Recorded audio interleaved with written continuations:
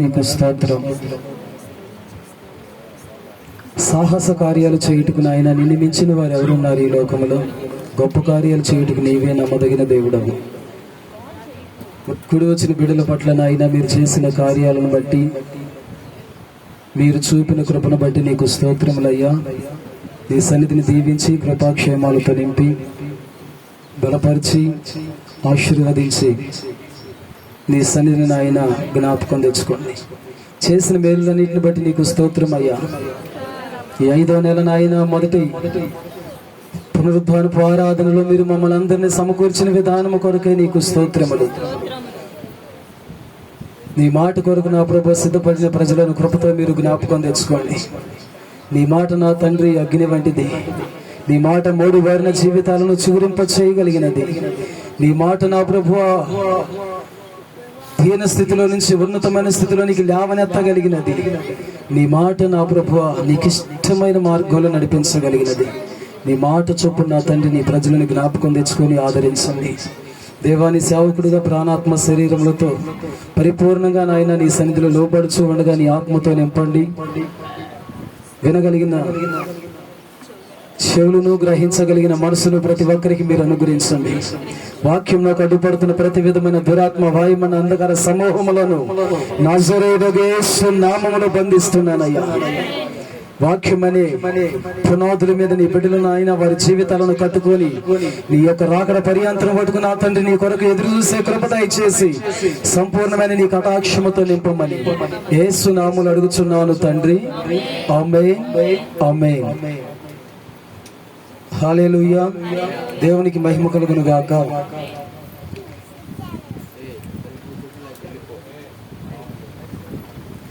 మన ప్రభువును నిరంతరం స్తోత్రార్హుడైన యేసయ్య నామములో మీ అందరికీ నా హృదయపూర్వకమైన వందనాలు.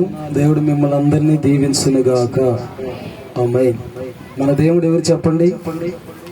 నిరంతరం స్తోత్రార్హుడు.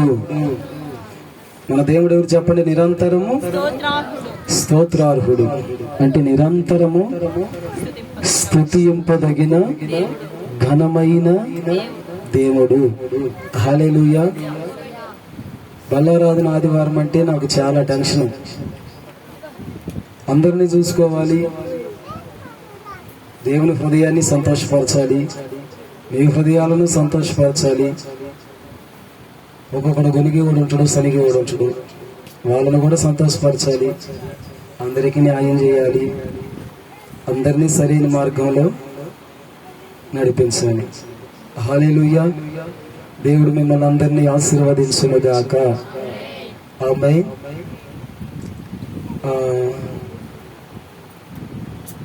నేను కొన్ని మాటలు చెప్తాను. ఇలా బల్లారాధన ఉంది, అలాగనే కొన్ని విషయాల కొరకు ప్రార్థన చేయాలి. ఈరోజు పోయిన ఆదివారం 2 గంటల సుదీర్ఘ వాక్యం విన్నారు కదా, 1:40 విన్నారు కదా. ఈ వారం మన మధ్యలో బల్లారాధన ఉంది కనుక సమయాన్ని కొంచెం ముందుకు తీసుకురావడం జరిగింది. హల్లెలూయా. సరే, శ్రేష్టమైనవి కొన్ని మాటలు నేను మీ హృదయంలో ఉంచి ప్రతి ఆరాధనలో ముందుకెళ్దాం. ఇప్పుడు తిమోతికి రాసిన మొదటి పత్రిక 3వ అధ్యాయం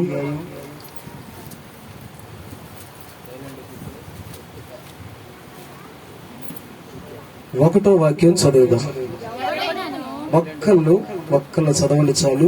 ఆ ఒక్కళ్ళు నిదానంగా విడమార్చి నీట్గా చదవండి. ఎవడైనాను అధ్యక్ష పదవిని ఆశించిన ఎడల అట్టివాడు దొడ్డ పనిని అనగా అట్టివాడు మొట్టమొదట అత్యల్పమైన పనిని అపేక్షించుచున్నాడని అర్థం అన్నమాట. నమ్మదగినది. అధ్యక్షుడగువాడు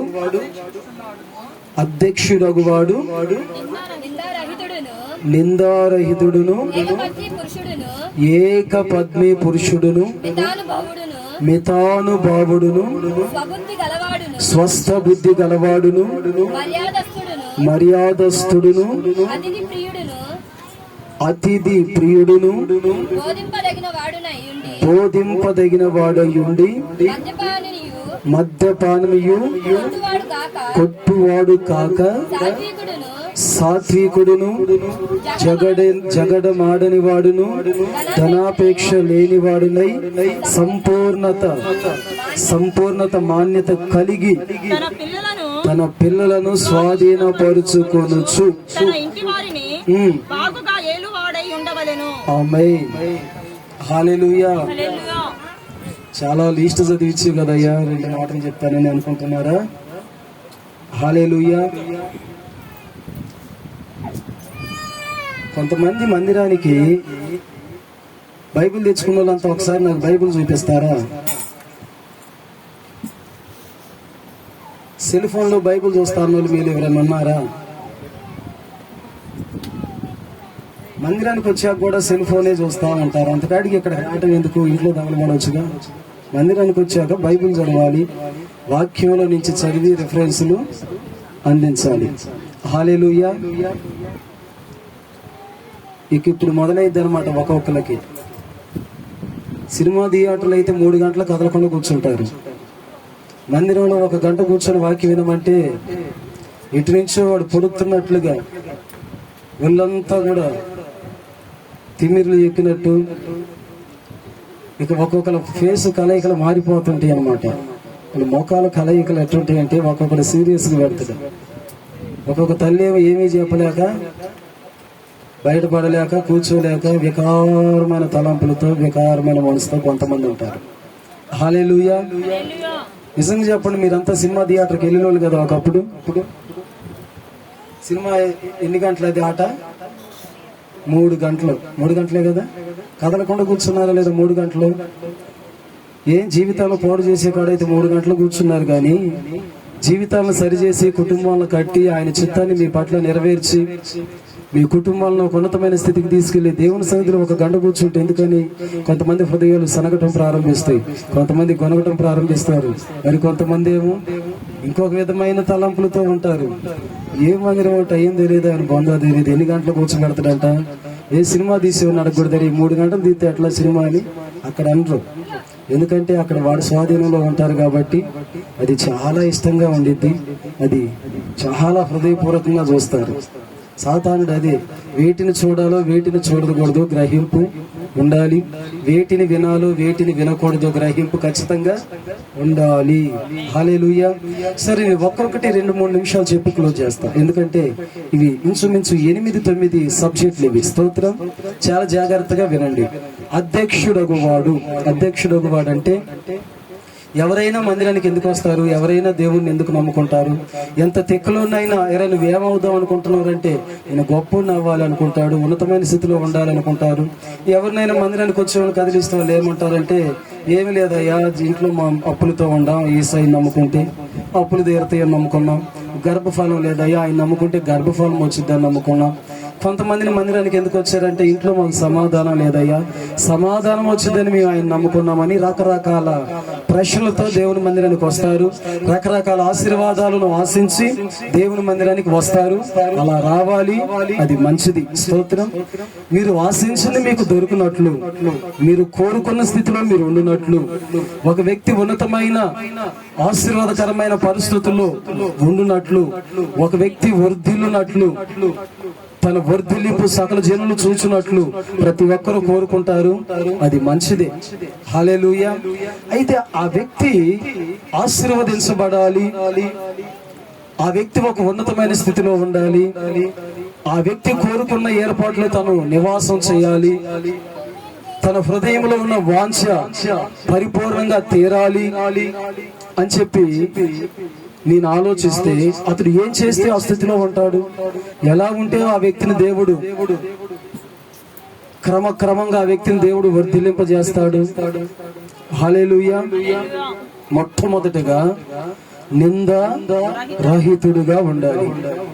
చెప్పండి, స్త్రీలైనా పురుషులైనా ఎలా ఉండాలి అంటే నింద రహితుడు.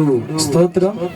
ఈ నింద రహితుడు, ఈ నింద రహితురాలుగా ఎవరైతే బ్రతుకుతారో, అరగొట్టిన టేబ్రాకాట్లోది కాదు మీకు చెప్పేది, శ్రేష్టమైన ఉపదేశం. ఇప్పుడే దేవుడు సిద్ధపరిచి ఇచ్చిన ఉపదేశం ఇది నాకు. హల్లెలూయా. నేను 3 రోజుల క్రితం రాత్రి, ఈరోజు ఉదయమో సిద్ధపరచుకొని రాలా, వాక్యం కొరకు ప్రార్థన చేసుకున్నా. రాత్రి అంతా, ఉదయం అంతా చేసుకున్నా. ఇక్కడికి వచ్చిన కాంచి చేసుకుంటున్నా. నువ్వేం చూపిస్తే నేను చెప్తానయ్యా అమ్మ, ఆయనకు అప్పగించుకున్నా. హల్లెలూయా. అయితే ఏది ఏమైనప్పటికీ, హల్లెలూయా, ఎవడైనా ఉన్నతమైన స్థితిలో ఉండాలి, గొప్ప స్థాయిలో ఉండాలి అంటే అతడు ఏం చేయాలి? ఒక్కొక్క అమ్మను కదిలిస్తే ఆ మనిద్ది, ఇందమ్మా నీ పరిస్థితి అంటే, అయ్యా కొడుకులు పెద్దోళ్ళు అయ్యారు, అంత ముద్దు పెట్టట్లా, ఈ ముసలి జీవితానికి ఏం కావాలయ్యా, అంత అన్నం తిని ఆ ఇంట్లో కూర్చోవటం తప్పితే నేను ఏం చేయగలుగుతానయ్యా అని చెప్పింది ఆ తల్లి. ఆమె సమాధానం కోసం వచ్చింది. ఒక్కొక్క అమ్మని అడిగితే, అయ్యా అప్పులని ఊపిలో కూరుకుపోయాం, అప్పులు తీర్చుకోలేక జీవితం అంతా కూడా వేసారిపోయింది, అప్పులు ఏ విధంగా తీర్చుకోవాలని సాయశక్తులు పోరాడాం, ప్రయత్నాలు చేశాం, విఫలమైపోయింది. వారి మీద వీరి మీద ఆధారపడ్డాం, వారి మీద వీరి మీద ఆధారపడేందుకు మాకు మిగిలింది ఒట్టి చేతులు తప్ప ఏ విధమైన ఆశీర్వాదాన్ని సంచలేకపోయాం అని ఒక వ్యక్తిని, ఈ రోజు మందిరానికి వచ్చిన ప్రతి వ్యక్తిని అడిగితే ఆ వ్యక్తి నిస్సహాయ స్థితిలో కొన్ని మాటలు మాట్లాడుతున్నాడు. ఎక్కడికి వెళ్ళి సమాజాన్ని మనం కదిలించినా, అడిగినా, వారిని పరామర్శించినా ఏదో ఒక కొరతతోటి, ఏదో ఒక లేమితోటి, ఏదో ఒక అవసరముతోటి, ఏదో ఒకటి ఆశించి ఆయన సన్నిధికి వస్తారు. ఆశించింది దొరికి, ఆశించింది దక్కించుకొని సంపూర్ణమైన సంతోషంలో నిలబడటమే ఒక ఉన్నతమైన అధ్యక్ష స్థితిలో ఉండటం. హల్లెలూయా. మంచిది. నేను మిమ్మల్ని అందరినీ ఇప్పుడు ఒక మాట అడుగుతున్నా. స్తోత్రం. ఇప్పుడు ఎగ్జామ్ రాసే యవనస్తులు కావచ్చు, నూతనంగా వివాహమైన కుటుంబం కావచ్చు, ఆల్రెడీ వివాహం అయ్యి 10-15 సంవత్సరాలు గడిచిన వారు కావచ్చు, ఇప్పుడిప్పుడే యవన దిశలో దేవుని సన్నిధిలో నడుస్తున్న వారు కావచ్చు, మీరందరూ ఏమి ఆశించి దేవుని మందిరానికి వస్తున్నారు? హల్లెలూయా. ఆయన నమ్ముకుంటే జీవితం బాగుండిద్దని, ఆయన నమ్ముకుంటే భవిష్యత్తు బాగుండిద్దని, ఆయన మీద ఆధారపడితే హృదయ వాంఛలు తీరతాయని, ఆయన మీద ఆధారపడితే మా పిల్లలు, మా కుటుంబం ఒక ఉన్నతమైన స్థితిలో ఉండిద్దని మీరు వస్తున్నారు. అడిగితే అదే చెప్తారు. అవునా కాదా? హల్లెలూయా. లేదయ్యా ఊరకనే సరదాగా వస్తున్నా అంటారా? హల్లెలూయా. దేవుని మందిరానికి దేనికి వస్తున్నారంటే సరదాగా వస్తున్నారని చెప్తారా? చెప్పరు. దేవుని మందిరానికి వచ్చేది సరదాగా వచ్చే బ్యాచ్ కూడా ఉంటారు, లేరని నేను చెప్పట్లా. మొఖాలు చూపించే బ్యాచీలు ఉంటారు, మేకప్లు వేయించుకొని అందంగా కనపడదామని వచ్చే వాళ్ళు ఉంటారు. కుర్రోళ్ళు అయితేనేమో జీన్స్ ప్యాంట్లు వేసుకుని వాళ్ళ స్టైల్ని, వాళ్ళ కళని, వాళ్ళ అందాన్ని చూపించడానికి వచ్చేవాళ్ళు ఉంటారు. వీళ్ళంతా సరదాగా వచ్చిపోయే వాళ్ళే. వీళ్ళని జల్లిస్తాడు సాతానుడు ఖచ్చితంగా. వాడు జల్లించినప్పుడు, వాడు జల్లిలో పడ్డప్పుడు అర్థమైంది. స్తోత్రం. కొంతమంది ఏమో జీవితాలను కట్టుకోవడానికి వస్తారు, కొంతమంది ఏమో అప్పులు ఊబుల నుంచి విడుదల పొందడానికి వస్తారు, మరి కొంతమంది నిత్యత్వంలో దేవుని యొక్క రాజ్యాన్ని సంపాదించుకోవడానికి వస్తారు. మొత్తానికి ఎన్నో తలంపుల మధ్యలో ఆయన సన్నిధికి వస్తారు. వచ్చిన ప్రతి తలంపు దేవుడు నెరవేర్చాలి, వచ్చిన ప్రతి ఉద్దేశాన్ని దేవుడు సఫలం చేయాలి. మీరు వచ్చిన ప్రతి ఆలోచనను దేవుడు నిశ్చయముగా ఆశీర్వదించాలి. దేవుడు అలా చేయనట్లు మనం ఎలా బ్రతకాలి? స్తోత్రం. మొట్టమొదటిగా నిందారహితుడిగా బ్రతకాలి. ఆదికాండం 6వ అధ్యాయం ఒకసారి చూడండి.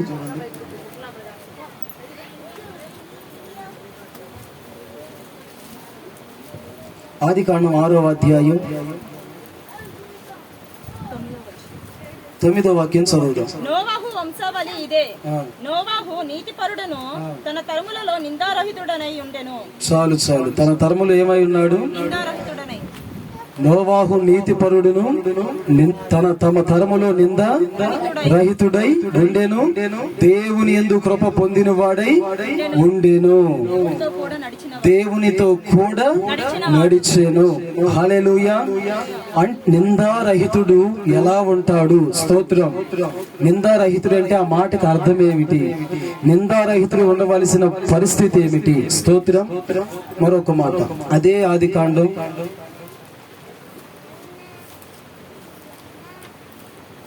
40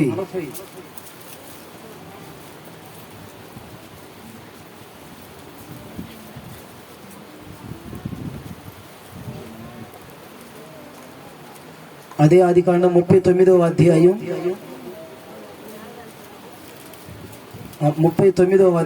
21వ వాక్యం చదువుదాం. అయితే యెహోవా యోసేపునకు తోడై ఉండి అతని యందు కనికరపడి అతని మీద ఆ చెరసాల యొక్క అధిపతికి కటాక్షము కలుగునట్లు చేసెను.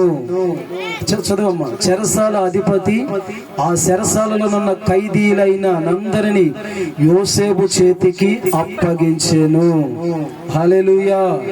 గనుక 23వ వాక్యం, అతనికి యెహోవా అతనికి తోడై ఉండెను గనుక ఆ చెరసాల అధిపతికి అతని చేతికి అప్పగింపబడిన దేనిని గురించి విచారణ. ఆమేన్. హల్లెలూయా. జాగ్రత్తగా వినాలి. నోవాహు నిందారహితుడుగా ఉన్నాడు. తమ తరము వారందరిలో నోవాహు నిందారహితుడుగా ఉన్నాడు. దేవుని యందు కృప పొందినవాడయ్యాడు. దేవుని మొదటి రాకల్లో భూమి మీద అందరూ కూడా నీలమట్టమైనప్పటికీ నోవాహు తన కుటుంబం రక్షించబడింది. ఏమై ఉంటే రక్షించబడింది? ఎలాగూ ఉంటే నోవాహు కుటుంబాన్ని, నోవాహు కుటుంబంలో నుంచి సకల వంశవాళిని దేవుడు తీసుకొచ్చాడు. అబ్రహాము నుంచి నోవాహు నుంచి వంశవాళ్ళందరూ మరలా ఉత్పత్తి చేశాడు. ఇక్కడ యోసేపు కాడికి వచ్చేటప్పుడు కల్లా దేవుడు యోసేపుకు తోడై ఉండుట వలన యోసేపుకి చెరసాల అధిపతి మీద కటాక్షము కలిగెను. హల్లెలూయా. కలిగెను. చెరసాలలో ఉన్న ఖైదీలందరినీ కూడా యోసేపు చేతికి ఆ అధిపతి అప్పగించెను. స్తోత్రం. గనుక నిందారహితుడుగా నోవాహు ఉన్నాడు. నోవాహుని దేవుడు ఒక ఉన్నతమైన స్థితిలో ఉంచాడు. ఒక అధ్యక్ష పదవిలో దేవుడు నోవాహును ఉంచాడు. యోసేపు జీవితంలోకి వచ్చేటప్పుడు కల్లా యోసేపుని చెరసాలందరి మీద కూడా ఒక అధిపతిగా దేవుడు నియమించెను. హల్లెలూయా. నోవాహులో ఏముంది, యోసేపులో ఏముంది? వారు నిందారహితులు కావటానికి. స్తోత్రం. ఒకటి, నోవాహు తరములో మనుషులంతా చెడిపోయారు. మనుషులందరూ కూడా దుర్బోధలకి దురదృశ్యములు గలవారై దుర్బోధల చేత, అల్పమైన పాపము చేత, వ్యర్థమైన లోకాశల చేత, అల్పమైన సుఖభోగాల చేత నింపబడి సత్యాన్ని మర్చిపోయి దేవుని సన్నిధిలో భయభక్తులను విడిచిపెట్టి పాపము చేయట దేవునికి ఇష్టము లేదు అని దాన్ని తెలుసుకొనక మనుషులందరూ కూడా లోకానికి బానిసులై లోక సంబంధమైన కార్యకలాపాలలో కలిసిపోయి దేవుని భయం లేకుండా, దేవుని యొక్క ఆలోచన లేకుండా ఆ తరంలో మనుషులంతా చెడిపోయారు.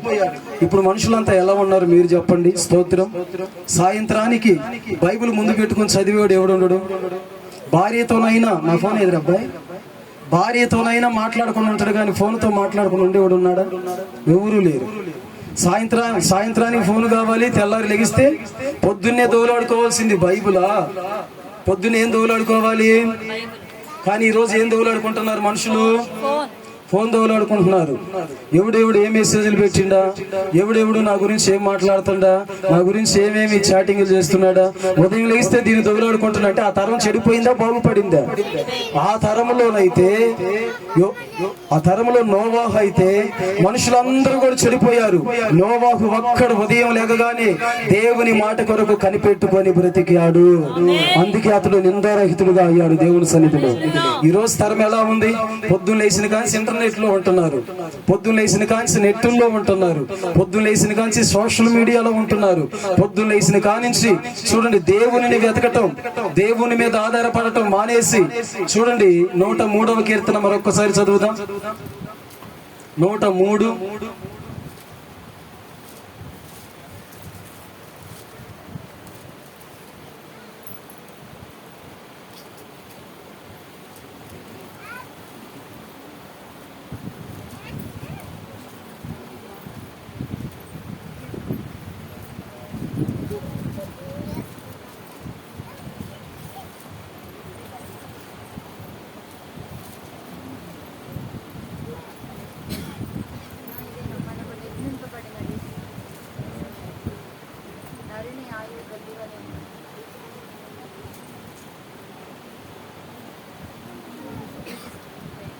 నూట 3వ అధ్యాయం 7వ వాక్యం చదువుదాం.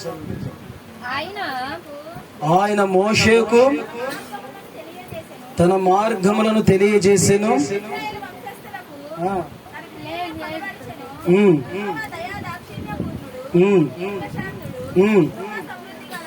కృపా సమృద్ధి గలవాడు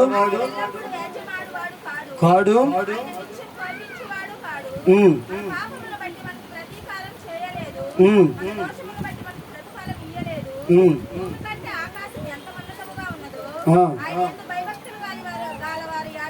అదిగో ఆయన యందు భయభక్తి గలవారి ఎడల ఆయన కృప అంత అధికముగా ఉన్నది. హల్లెలూయా. గనుక దేవుడు మోషేకి తన మార్గాన్ని ఎప్పుడు సరళం చేశాడంటే, మోషే దేవునిని వెతికాడు, నోవాహు దేవునిని వెతికాడు. ప్రతి దినము దేవునిని వెతికే విషయంలో ఆనాడు భక్తులు వాళ్ళ హృదయాలను సిద్ధపరచుకొని నిలబడ్డారు. ఈ రోజు ఎవరయ్యా నిందారహితులుగా ఉంటారు అని చెప్పేసి అంటే, చెడుతనాన్ని విసర్జించుకున్నవారు, చెడుకు దూరంగా ఉండవారు, చెడుతనాన్ని విసర్జించి దానిని అసహించుకున్న వారిని దేవుడు ఉన్నతమైన స్థితిలో ఉంచుటకు నమ్మదగిన దేవుడై ఉన్నాడు. హల్లెలూయా, హల్లెలూయా. చూడండి, ఆ తరములో మనుషులంతా చెడిపోయారు.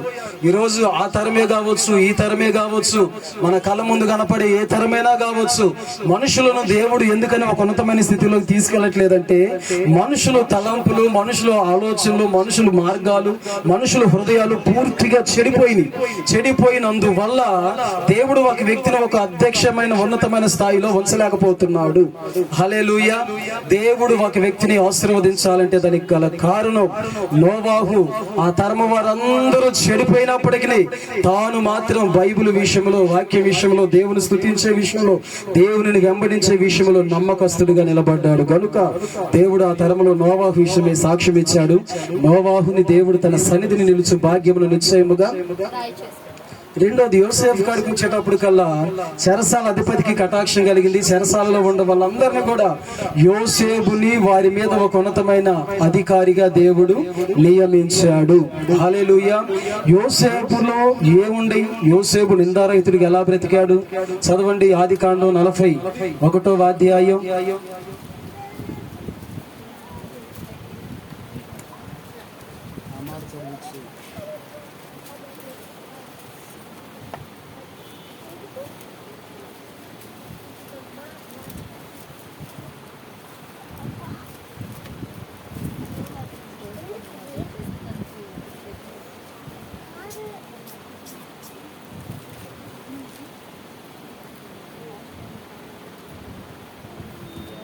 ఆదికాండం 39వ అధ్యాయం తీసుకోండి. 11వ వాక్యం చదవండి. అతడు తన పని మీద ఇంటి లోపలికి వెళ్ళినప్పుడు ఇంటి మనుషులలో ఎవరునూ అక్కడ లేరు. అప్పుడు ఆమె అతని వస్త్రము పట్టుకొని తనతో సైనింపమని చెప్పగా అతడు తన వస్త్రమును ఆమె చేతిలో విడిచిపెట్టి తప్పించుకొని బయటికి పారిపోయిను.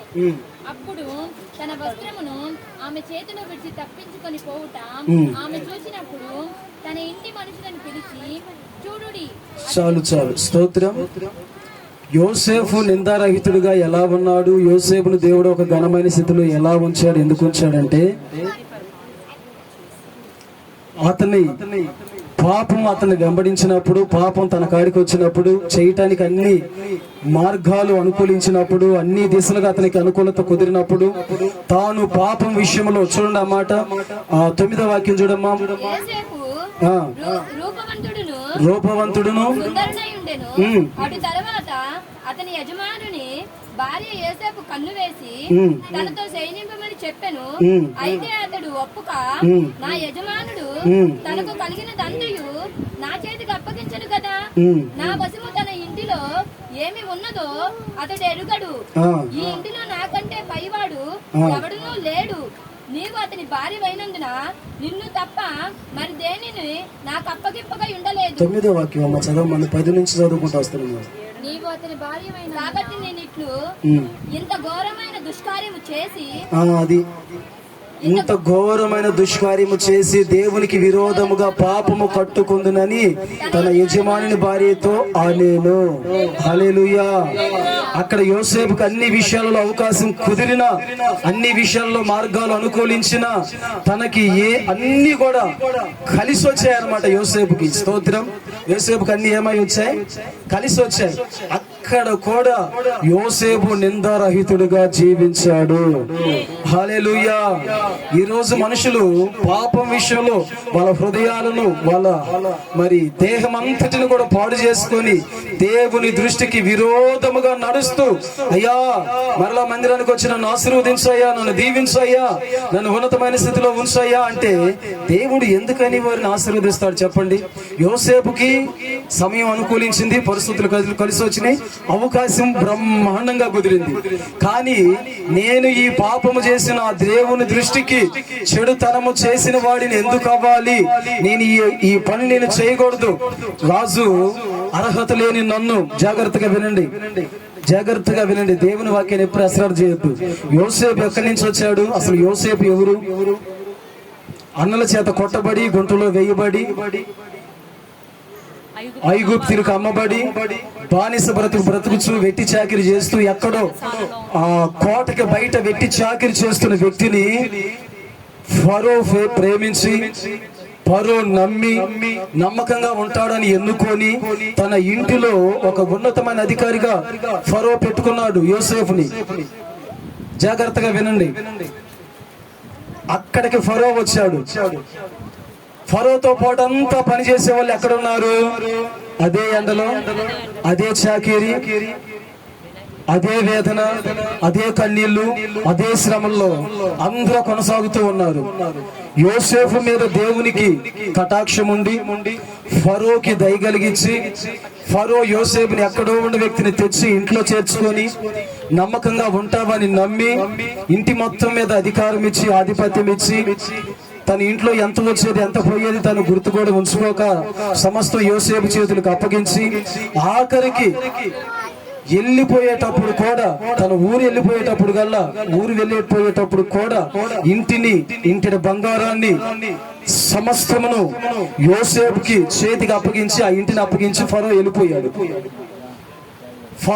ఫరో యోసేపు నమ్మిన నమ్మకానికి ఫరో న్యాయం చేశాడా? అన్యాయం చేశాడా? హల్లెలూయా. యోసేపు ఉపకారం చేశాడా? అపకారం చేశాడా? సాతానుడు ఆ స్త్రీని ప్రేరేపించి, ఆ స్త్రీని బలవంతం చేసినప్పటికీ యోసేపు ఇంగిత జ్ఞానం గలవాడై,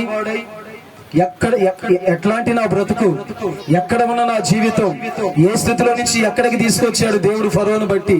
నాతో పాటు వచ్చినంత ఎండలో వెట్టి చాకిరీ చేసుకుంటున్నారు. ఒకప్పుడు కూటికి, బట్టలకి, వస్త్రాలకి బాధపడ్డ రోజులున్నాయి, కన్నీరు గార్చిన రోజులున్నాయి.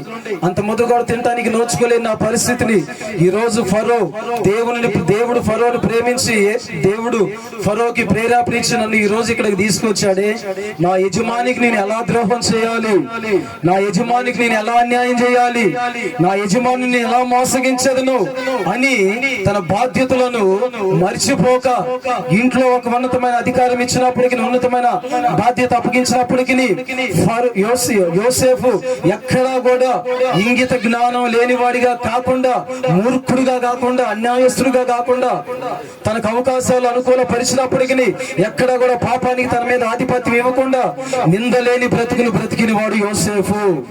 హల్లెలూయా. ఈ రోజు నన్ను నా మటుకైతే ఇప్పుడు నాతో పాటు ఉండే వాళ్ళంతా కూడా ఆయా దేశాల్లో పనిచేసుకుంటున్నారు. స్తోత్రం. ఆయా ప్రాంతాల్లో పనిచేసుకుంటున్నారు, చెమట ఊర్చి కుటుంబాన్ని పోషించుకుంటున్నారు. ఈ రోజుకి కూడా చాలీ చాలని వస్త్రం, చాలీ చాలని తిండి, ఈ రోజుకి కూడా వారి జీవితంలో కష్టాలు తొలగిపోలా. ఈ రోజుకి వారి జీవితాల్లో ఆ బాకీలు, ఆ బాధలు, ఆ కన్నీళ్లు, ఆకలి దప్పులు తొలగిపోలా.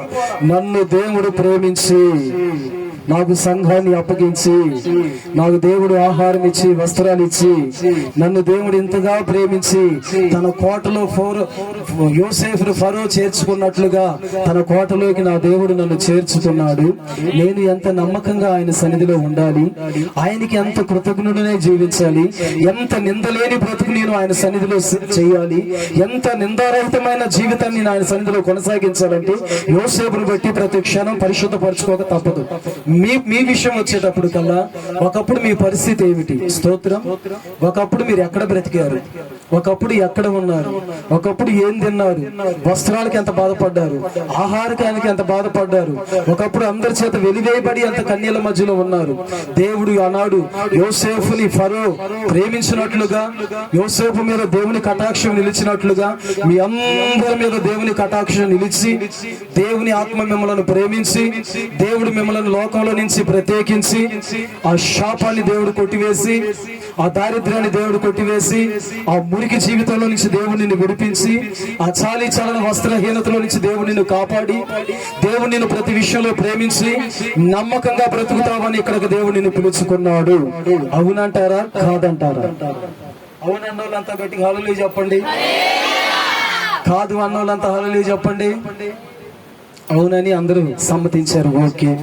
ఇక్కడకు వచ్చిన మీరు ఆనాడు యోసేపు నమ్మకంగా బ్రతికినట్లుగా మీరు ఎంత మటుకు నమ్మకంగా ఉండగలుగుతున్నారు? ఎంత మటుకు నిందలేని బ్రతుకు దేవుని సన్నిధిలో బ్రతకగలుగుతున్నారు? ఎంత మటుకు దేవుని సన్నిధిలో నిందారహితముగా మీ జీవితాలను ఆయన సన్నిధిలో కొనసాగించుకుంటూ ఉన్నారు? దీనిని ప్రశ్నించుకోవాల్సిన అవసరం ఎంతైనా ఈ రోజు మనకుంది. హల్లెలూయా.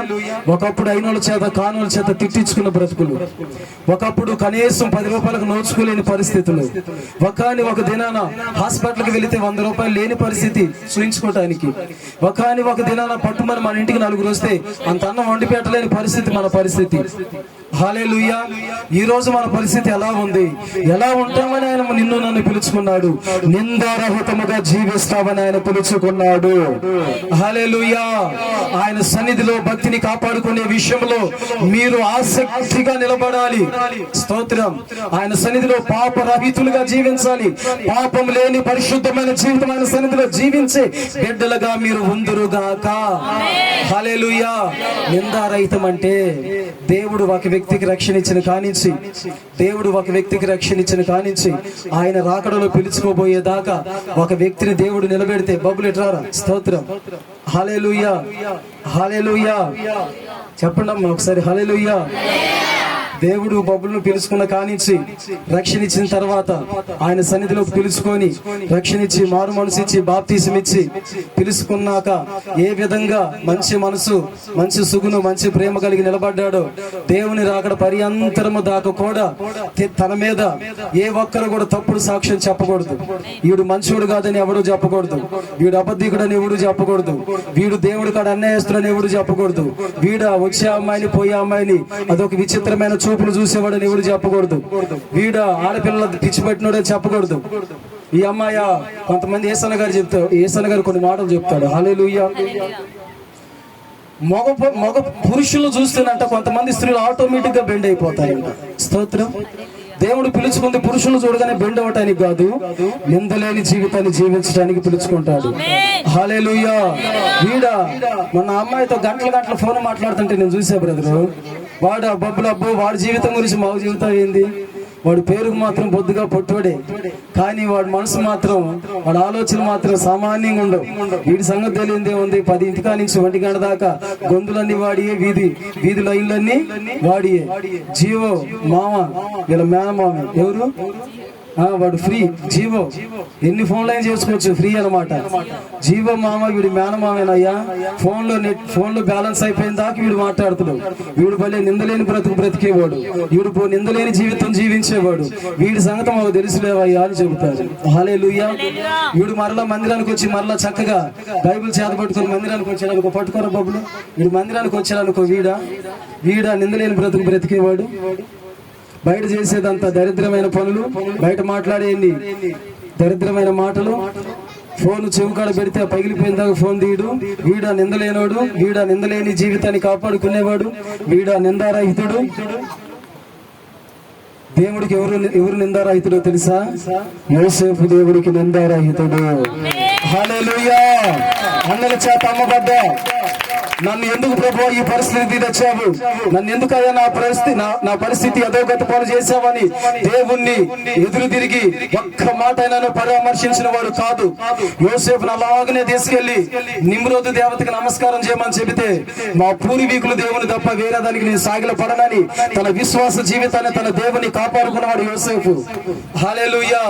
మీరా కొంతమంది పరిస్థితి ఇప్పుడు ఎలా ఉందంటే, జాగ్రత్తగా వినండి. ఎవడైనా అదిగో ఆ ఇంట్లో చెప్పినట్ట ఒకటి చిలక జ్యోతిష్యం, వాడు చెప్పినట్ట వాడు బ్రతుకు అలాగనే తిరిగిపోయిందంట. ఒకసారి మీరు చెప్పించుకోరాదండి అని ఎవడన్నా చెప్పిండు అనుకో, నిజమంటవా అవునంటవా, వాడు బ్రతుకు అట్నే మారిందంటవా. వాడు బతికేందో వాడికి అర్థం కాక ఇల్లు తిరుగుతుండు. వాడు వచ్చి నీ జీవితాన్ని ఏం బాగు చేస్తాడు? ఎవరో చెప్పారంట, ప్రార్థనకి వెళ్ళేవాడిని కూడా ఇంట్లోకి పిలుచుకొని ఇంట్లో కూర్చోబెట్టి, దరిద్రులకు మీరు చేతులు ఎందుకు ఇస్తారు అసలు? వాడి రేఖలు చూసి అయిపోయింది, ఈ గీత ఇడిపోయిందంటే వచ్చే సంవత్సరం నీ భర్త ఇటు వెళ్ళిపోతాడు. మరి నా పరిస్థితి ఏందయ్యా? నీ పరిస్థితి ఏముంది? నీ భర్త ఎటు నుంచి పోయిండో అటు నుంచి ఇంకొకటి వస్తారు, నేను ఆదరెత్తుడు ధైర్యంగా ఉంది. మరి ఇప్పుడు ఎవరి కొరకు నేను ఎదురు చూడాలి? పోయినోడు కొరకు కాదు, నేను మరలా ఆదరించేవాడు ఇంకో సైడ్ నుంచి వస్తారు, వాడి కొరకు ఎదురు చూడు. పిచ్చి మాటలు. వాడు బ్రతికేమిటో వాడికి అర్థం కాక వాడు ఇంటింటికి తిరిగి అంత ముద్దు పెడితే తిరిగి వాడి జీవితాన్ని కాపాడుకుంటుంటే, వాడు ఎవడో చెప్పిండని నీకు ఇదిగో ఈ దేవత వచ్చిందమ్మా, ఈ దేవత వచ్చిందంటే మాత్రం నీ లైఫ్ తిరిగిపోయినట్టే. గుర్తుందా? మనం నమ్మింది జీవం కలిగిన దేవుణ్ణి. హల్లెలూయా. నమ్మదగిన దేవుణ్ణి మనం సేవిస్తున్నాం. నిందలేని జీవితం అంటే ఏమిటి? యోసేపును తీసుకెళ్లి ఆ నిమ్రోదు దేవతకి నమస్కారం చేయమంటే, నేను సాగిలపడను అన్నాడు. ఒకటే మాట, స్తోత్రం. మా పూర్వీకుల దేవుని తప్ప వేరొక దేవుడికి మేము సాగిలపడి నమస్కారం చేయమని అక్కడికక్కడే యోసేపులో ఒక సంపూర్ణమైన నిర్ణయం, తీర్మానం వచ్చేసింది దేవుని సన్నిధిలో. అక్కడ కూడా యోసేపు తన చేతులు అపవిత్రపరుచుకున్నవాడు కాదు, వ్యర్థమైన వాడికి దండం పెట్టిన వాడు కాదు. తన జీవితాన్ని, తన బ్రతుకుని, తన విశ్వాసాన్ని కాపాడుకున్నవాడు. హల్లెలూయా. యజమానుడు పిలుచుకున్నందుకు, యజమానుడు నాకు ఈ బాధ్యతను అప్పగించాడే, యజమానుడు కానీ నేను ఎలా ఉండాలి అని యజమాని ఇంటంతటిలో కూడా రాబడిని ఇచ్చేదాన్ని, మరి ఇతరులకు ఇచ్చేదాన్ని, వచ్చేదాన్ని, మరి ఇతరులకు పెట్టేదాన్ని, ప్రతిదీ కూడా చాలా జాగ్రత్తగా లెక్కలేసి ఎక్కడ కూడా మచ్చ లేకుండా, అదే మనోళ్ళు అయితేనా యజమానుడు పోయాలే కొంత దాటించుకుందామని అన్న మనసు తనలో లేదు. స్తోత్రం. అలాగని పాపం తనకు సమీపాన వచ్చినప్పటికీ పాపం చేసిన వాడు ఈ బబ్బులు గాడైతేనా.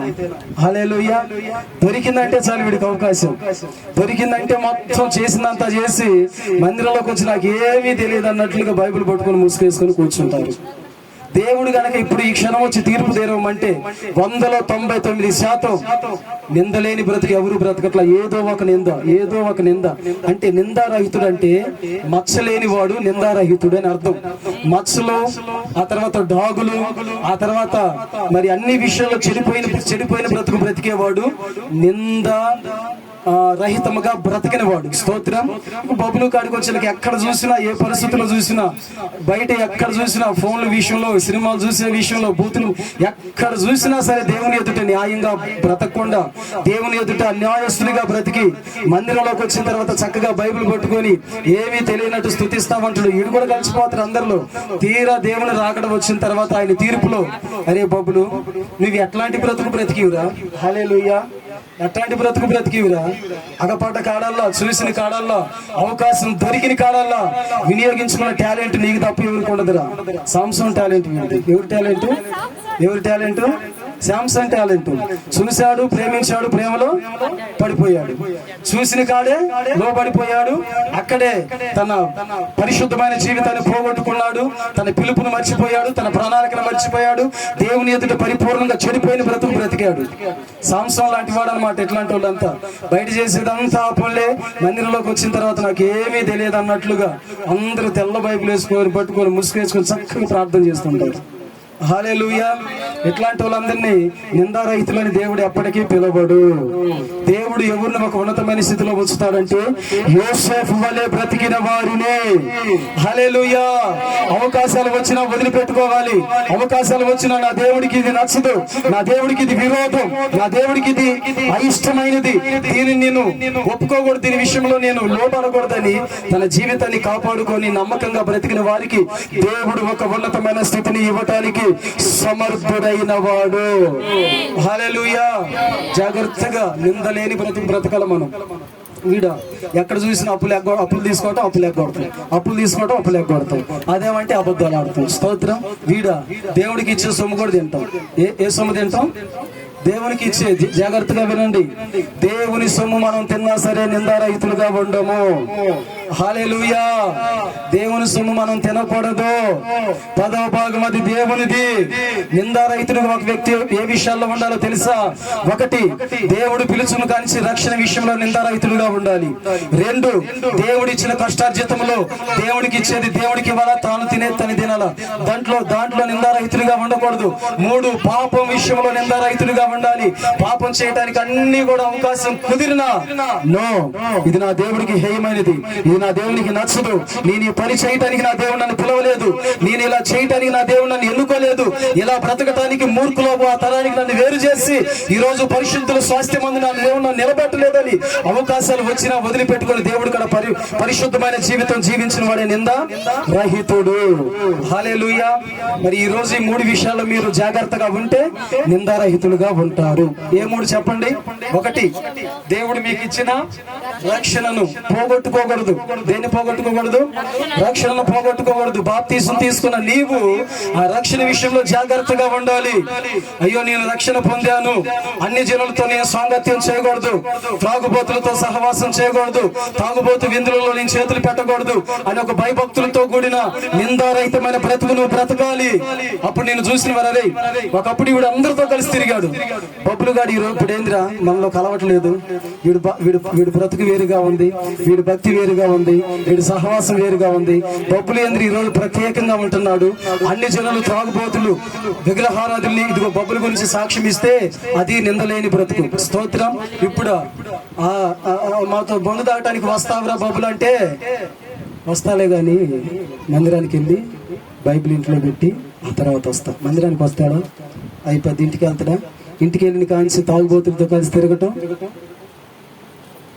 సినిమాలు స్వీకారాలు చేయటం, టీవీల కాడ నాటికల కాడ గంటలు టైం పాస్ చేయటం, ఇటు అంటారు అటు అంటారు. వీళ్ళు నిందారహితులుగా ఉండలేరు.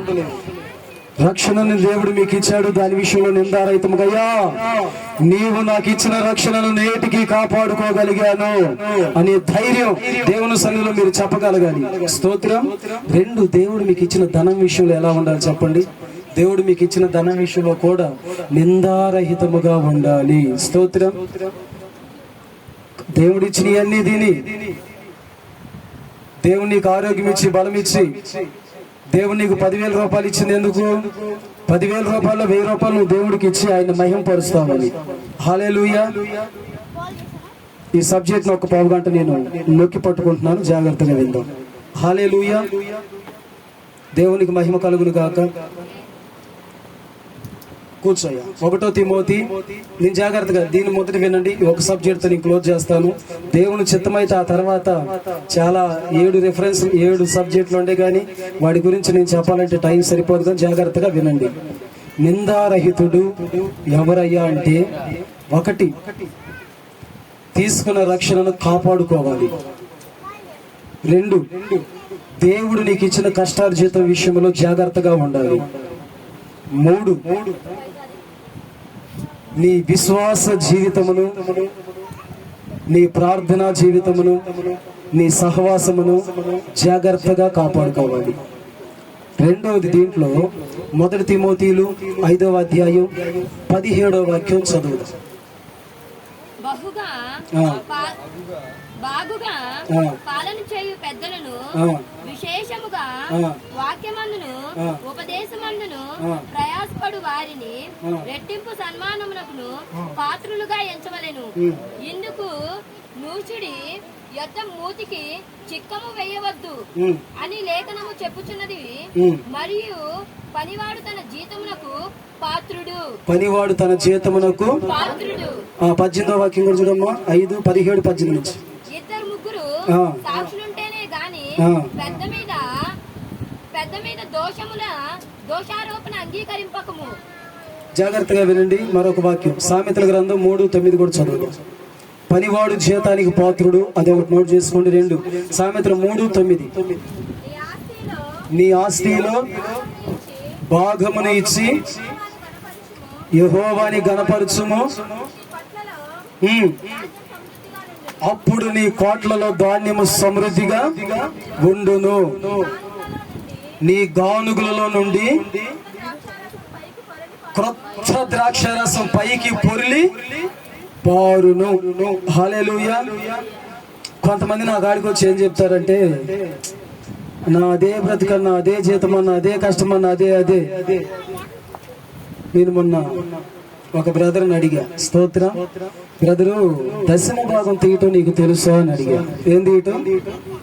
మాకు తెలియదు అన్న, 10వ భాగం ఏమిటో తెలియదు, అవి తీయటం మాకు తెలియదు, అది ఎలా తీయాలో మాకు తెలియదు, దాని గురించి తెలియదా? సరే, మలాకి 3:10 ఒకసారి చదవండి అని చెప్పారు.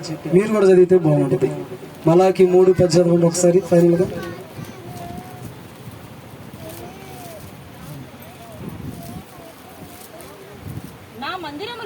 నా మందిరములో ఆహారం ఉండునట్లు 10వ వంతు. ఏ వంతు? 10వ వంతు. ఈ భాగం మీరు దేవుని సన్నిధిలో చూడండి. అధ్యక్షుడుగా ఉండాలి అంటే, ఉన్నతమైన స్థితిలోనికి నువ్వు వెళ్ళాలి అంటే, నీవు నూతనమైన సమృద్ధితో నింపబడాలి అంటే, నువ్వు చేయవలసింది దేవుని సన్నిధిలో 10వ భాగం తీసి తీరాలి. హల్లెలూయా. యేసుక్రీస్తుని సొంత రక్షకుడిగా అంగీకరించిన నాటి నుంచి నేటి వరకు 10వ భాగం దోషం మీ మీద ఉంటే మీరు నిందారహితులుగా ఉండలేరు. హల్లెలూయా. నిందారహితముగా మనం లేకుండా ఏ ఆశీర్వాదాన్ని మన తలుపు తట్టదు, ఏ దీవెన మన తలుపు తట్టదు, ఏ ఆశీర్వాద మార్గంలో కూడా మనం నడిపించబడలేము. 10వ భాగం విషయంలో నిందారహితులుగా మనం బ్రతకాలి. హల్లెలూయా. నా మందిరములో ఆహారం ఉన్నట్లు 10వ భాగం అంతే మీరు నా సన్నిధిలో తీయవలెను. ఇది చేసి నీవు నన్ను శోధించిన యెడల అప్పుడు ఇస్తా నీకు అధ్యక్ష పదవి, అప్పుడు ఇస్తా నీకు నేను ఉన్నతమైన స్థితిని, అప్పుడు ఇస్తా నీకు నేను ఘనమైన స్థితిని, అప్పుడు నేను నీ పంటను తినివేసే పురుగులను గద్దించి నిన్ను చూసిన వారు అనేకులు ధన్యులనేటట్లుగా నేను అప్పుడు చేస్తా. జాగ్రత్తగా వినండి. మనము 10వ భాగము తీయకపోతే నిందారహితులుగా దేవుని సన్నిధిలో బ్రతకలేము. ఆయన సన్నిధిలో నిందారహితులను మాత్రమే జ్ఞాపకం తెచ్చుకునే దేవుడు అయి ఉన్నాడు. వాక్యము అంతా తెలుసు, వాక్యానికి మాత్రం మనోళ్ళు లోబడరు. అదే అర్థం కాని సంగతి మన మందిరంలో. హల్లెలూయా. వాక్యం అంతా తెలుసు కానీ వాక్యానికి లోబడరు. నేను ఎప్పుడు నిన్న గడిచిన వారంలో చెప్పినట్టుండ, వాక్యం ఇంట్లో ఉంటే కాదు, మన హృదయంలో వాక్యం ఉండాలి. ఎవరి హృదయంలో వాక్యం ఉంటే వారు నిందారహితంగా బ్రతుకుతారు. హల్లెలూయా. చూడండి, ఈ 10వ భాగం మనం దేవుని సన్నిధిలో ఇవ్వకపోవటం వలన మనం ఆయన సన్నిధిలో పొందుకునే ఆశీర్వాదాలని దూరం చేసుకుంటున్నాం. హల్లెలూయా. మీరు దీన్ని చేసి నన్ను శోధించిన యెడల ఆకాశపు వాక్యములను నేను విప్పుతాను. హల్లెలూయా. పట్టజాలని విస్తారమైన సమృద్ధితో నేను నీ కుటుంబాన్ని ఆశీర్వదిస్తాను. కొత్త ద్రాక్షరసం ఎప్పటికప్పుడు క్రొత్తది వచ్చింది. స్తోత్రం. అయ్యా, 3 నెలలు బట్టి ఒకే జీవితంతో గడుపుకుంటాను. ఎందుకని కొత్తది రావట్లా? కొత్తది రాగానే నువ్వు 10వ భాగం తీస్తే మరలా కొత్తది వచ్చింది. కొత్తది వచ్చిందాన్ని అంతనే నువ్వు దాచిపెట్టుకున్నావు అనుకో, కొత్తది ఎక్కడి నుంచి వచ్చింది? జాగ్రత్తగా వినండి. 10వ భాగం దేవుని సన్నిధిలో దేవుని బిడ్డలు ఎవరో కూడా దానిని తినకూడదు. హల్లెలూయా. మరొక వాక్యం చదువుదాం. లోకా సువార్త గ్రంథం 6వ అధ్యాయం 38వ వాక్యం చదువుదాం. క్షమించుడి, ఆ. అప్పుడు మీరు క్షమింపబడుదురు. ఆ. ఇయ్యుడి, అప్పుడు మీకు ఇయ్యబడు. అదిగో ఈయుడి అప్పుడు మీకు ఇయ్యబడును. ఇవ్వబడును. ఇవ్వకుండా సంవత్సరాలు అవుతుంది కొంతమంది మందిరాలకు వచ్చి. దేవుడికి ఇవ్వటం ఎవరు నేర్చుకోరు. ఎవరికి ఇవ్వటం? దేవుడు మాత్రం ఇయ్యాలి, దేవుడికి మాత్రం ఇవ్వటం చాలా మందికి తెలియదు. హల్లెలూయా. చెప్తున్నా, నేను ఫైనల్లోకి వచ్చాను. ఒక్కసారి మీరు స్పృహలోకి వస్తే మీకు కొన్ని మాటలు చెప్పి నేను ముగిస్తాను. ఒకటి, అధ్యక్ష పదవి అనగా వర్ధిల్లాలి. చెప్పు, నేను వర్ధిల్లాలి అంటే ఏం చేయాలి? ఒకటి, ఆయన సన్నిధిలో పాపాన్ని జయించాలి. 2, నమ్మకత్వాన్ని కాపాడుకోవాలి. 3, దశమ భాగం ఆయన సన్నిధిలో తీయాలి. ఆయన సన్నిధిలో నువ్వు తీసే దశమ భాగాల వలన 5 ఉపయోగాలు ఉన్నాయి. నా సొంత మాటలు కాదు, వాక్యంలో నుంచి చూడు. స్తోత్రం. మనం మన ధనం దేవునికి ఇచ్చుటకు గల 5 కారణాలు. 2 కొరింథీయులకు రాసిన పత్రిక 9:6.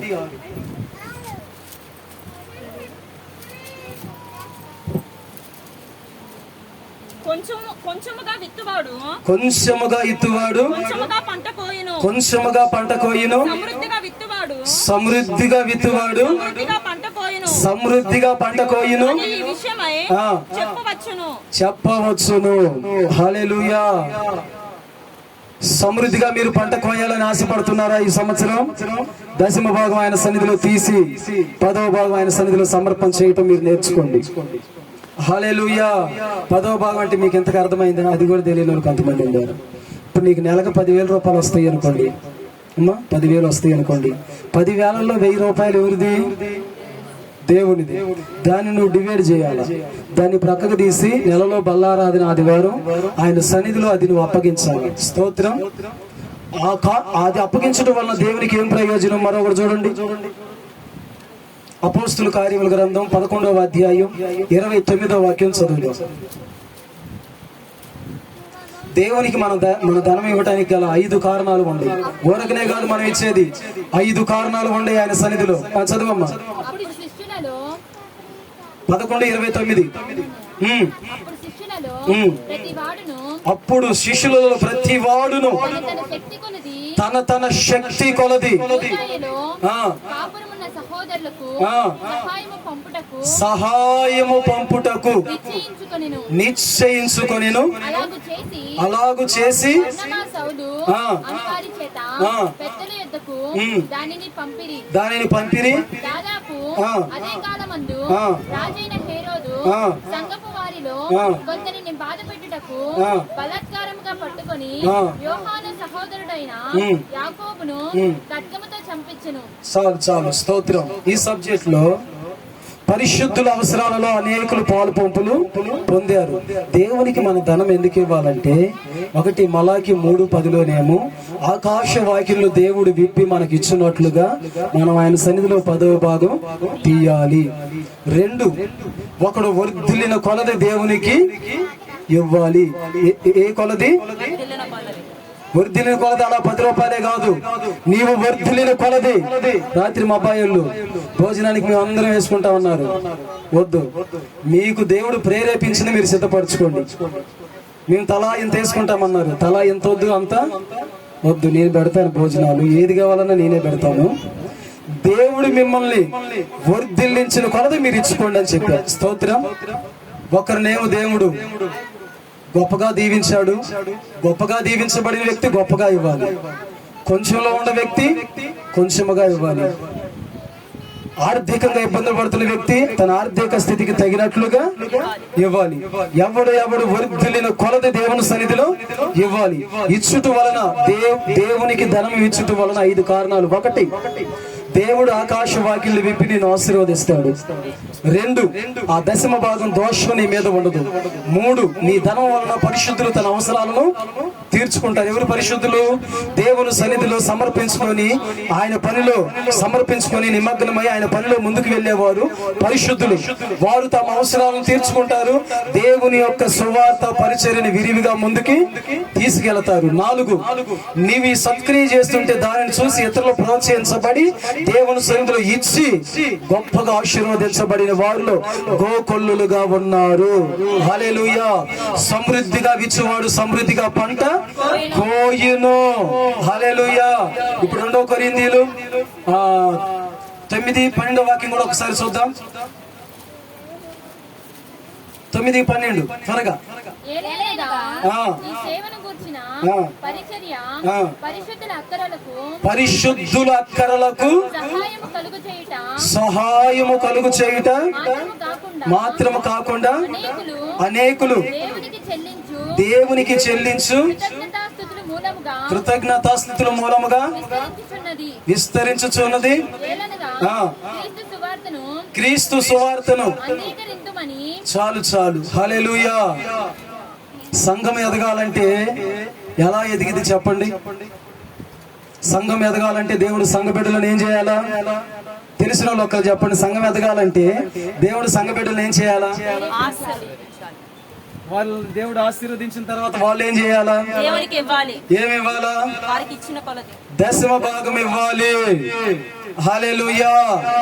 మందిరాలు ఎక్కడ వేసిన మందిరాలు అక్కడే ఎందుకు ఉంటున్నాయి అంటే దశమ భాగాలు ఇవ్వక. దశమ భాగాలు దేవుడు మిమ్మల్ని దీవించిన వలదే మీరు దశమ భాగాలు తీస్తే సంఘము ప్రకాశించింది. సువార్త పనిలో సభల పనిలో సేవకుడు ముందుకు వెళతాడు. దేవుని సువార్త ప్రకటించడం వలన ఆయన మహిమపరచబడతాడు. ఆయన రాజ్య విస్తరణలో నీ కష్టార్జితాన్ని నువ్వు వెదజల్లాలి. ఆయన దీవించడమే గాని మనం ఆయనకి తిరిగి ఇచ్చుట లేదు. ఎలా సంఘాలు ఎలా ఎదుగుతాయి? ఇక్కడ ఏముంది? పరిశుద్ధుల అవసరతలలో పాలు పంపులు పొందుచు ఆయన సువార్తను ఘనముగా విస్తరింప చేశారు. ఆ రోజుల్లో ఎలా చేశారు? దేవునికి మన ధనం ఇవ్వటం వలన 1 ఆకాశవాకిళ్ళు విప్పి మీరు ఆశీర్వదించబడతారు. 2 పరిశుద్ధుల అవసరాలలో వాళ్ళు అవసరాలను తీర్చుకుంటారు మీ ధనం వలన. 3 దేవుని యొక్క పరిచర్య విస్తరించింది. హల్లెలూయా. దేవుని యొక్క పరిచర్య ప్రబలిద్ది. దేవుని సువార్త మరి తెలియని గ్రామాలలో కూడా మోసుకొని వెళ్ళబడిద్ది. సంఘము ఎదగాలి అంటే దేవుడు మొట్టమొదట చేయాల్సిన పని సంఘాన్ని ఏం చేయాలి? ఆయన ఆశీర్వదించాలి. నా సంఘాన్ని దీవించు ప్రభు అని ప్రతిరోజు ప్రార్థన చేస్తున్నా. ఆయన సంఘాన్ని దీవిస్తున్నాడు కానీ ఆయన మాత్రం ఎవరు మహిమపరచట్లేదు. హల్లెలూయా. సంఘం ఎదగాలి అంటే సంఘానికి కుడి భుజం దశమ భాగం. స్తోత్రం. మన మ్యాచెస్ గారు ఒక మాట చెప్తే విన్నా. ఏసీ మందిరం కట్టాలంటే 4 కోట్లు అయ్యిద్ది. ప్రతి ఒక్కరు దశమ భాగం తీయండి అంటున్నాడు ఆయన. స్తోత్రం. మనకు పెద్ద వద్దు, మీరు చాలు అంటున్నాడు ఆయన. ఎవరు చాలు? నా సంఘాన్ని దేవుడు దీవించినట్లుగా నేను మొరపెడతాను, సంఘమే ఆ మందిరం కట్టాలి అన్నాడు. హల్లెలూయా. ఇప్పుడు సంఘానికి దశమ భాగం కుడి భుజం లాంటిది. ప్రతి ఒక్కరు దశమ భాగం దేవుని సన్నిధిలో తినక దాన్ని అప్పగిస్తే సువార్త రాజ్య విస్తరణ వృద్ధి చెందిద్ది. యేసయ్య నామం మహిమపరచబడిద్ది. ఆయన యొక్క రాజ్య విస్తరణ పరిపూర్ణంగా జరిగిద్ది. చివరిగా ఒక వాక్యం చదువుదాం. 1 యోహానుకు రాసిన పత్రిక 3:17. యోహానుకు రాసిన మొదటి పత్రిక 3:17. త్వరగా. యోహానుకు రాసిన మొదటి పత్రిక 3:17. ఈ లోకపు కేవలోపాధి గల వాడయుండి తన సోదరునికి లేమి కలుగుట చూచియు అతని ఎడల ఎంత మాత్రమును కనికరము చూపని వాని యందు దేవుని ప్రేమ ఎలాగూ నిలుచును? అదిగో దేవుని ప్రేమ వాని యందు ఎలాగూ నిలుచును? అవసరతలో ఉన్న విశ్వాసులను ఆదరించ లేకపోతే ఎలాగూ దేవుడు ప్రేమను ఆ వ్యక్తి రుచి చూడగలుగుతాడు? హల్లెలూయా. నీవు ఒక మందిరానికి వెళుతున్నావు.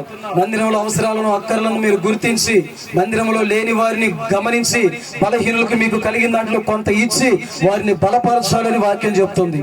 అలా బలపరచలేనోడు దేవుని ప్రేమను ఎలా గుర్తించగలుగుతాడు? ఆమేన్. జాగ్రత్తగా వినండి. దేవుడు మనలను ఆశీర్వదించినట్లు ఒక మాట చెప్పండి. దేవుడు మనల్ని అధ్యక్ష పదవిలో అధ్యక్షునిగా దేవుడు స్థిరపరచబడినట్లు 1 దేవుని సన్నిధిలో తీసుకున్న రక్షణను నిందారహితంగా కాపాడుకోవాలి. 2 విశ్వాస ప్రయాణాన్ని జాగ్రత్తగా కాపాడుకోవాలి. పాపం విషయంలో జాగ్రత్తగా ఉండాలి. 3 దయచేసి మీకు చెప్తున్నా, మీరు దశమ భాగం తీయకుండా నేను సంవత్సరం అంతా ఉపవాసం ఉండి ప్రార్థన చేసిన అది నిరర్థకమైంది. ఎందుకో తెలుసా? దీన్ని చేసి నువ్వు నన్ను శోధించమని వాక్యం చెప్తుంది. నేను దేవుని తెగ శోధిస్తున్నా ఈ మధ్య. అయ్యా నా సంఘాన్ని దీవించయ్యా, ఈ సంఘాన్ని నేను దీవిస్తున్నా, వాళ్ళు నాకు ఇవ్వాల్సింది ఇవ్వకుండా ఎందుకు శోధిస్తున్నావు అంటున్నాడు దేవుడు. స్తోత్రం. దేవుడు ఇక్కడ ఏమన్నాడు? మలాకి 3:10, దీన్ని చేసి నువ్వు నన్ను శోధించని ఎడలా, దీన్ని చేయకుండా శోధించితే ఎలా ఇస్తాడు? ప్రతి ఒక్కరూ తాము వర్ధిల్లిన కొలది దేవుని మందిరంలో ఏం చేయాలా?